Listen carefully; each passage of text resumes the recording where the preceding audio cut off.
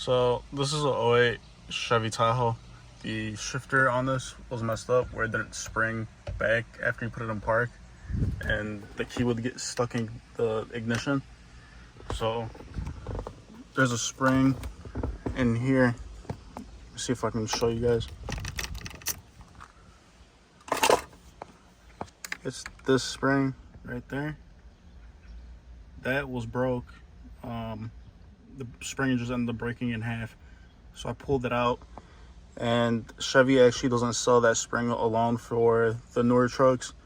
They have that spring for the older trucks. It's bigger. You have to cut it down.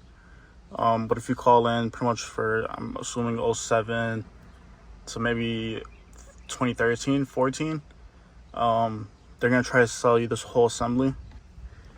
So all you need is this part number. This is for like the older trucks, like probably 2000 to 04, 05. Like I said, it's a bigger spring. I just counted 8 of the rings on the spring, and I cut it, and I used 2 flatheads to put it in there. One like inside the shifter and one on the outside, just to, push it in there.